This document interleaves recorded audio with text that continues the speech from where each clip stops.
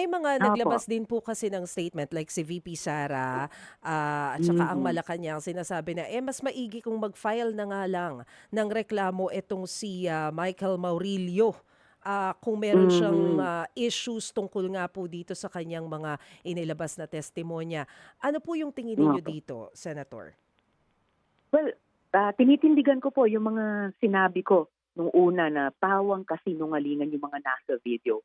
So kung si Michael Maurilio ay nag-execute ng bagong affidavit na ang laman ay kasinungalingan pa rin tungkol sa akin, tungkol sa mga victim survivors at witnesses laban kay Kibuloy, di magiging liable pa siya sa perjury, no? Dagdag dun sa kaso ng cyber libel na inihain ko na.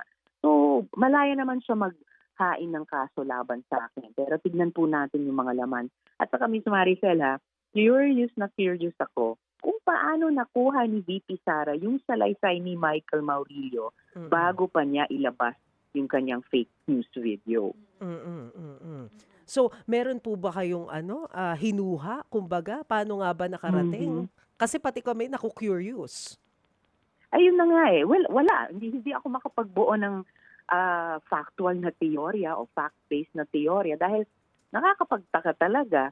Parang talaga bago pa ikalat sa social media yung video na 'yan, nakita na niya yung affidavit ni Michael Maurilio.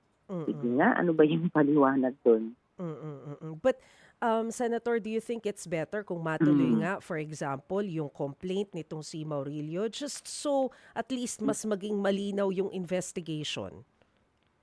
Wala akong reklamo do'n dahil Mm. gaya ng nabanggit ko na, ang kahit sinong kababayan ay may kalayaan na maghain ng kaso.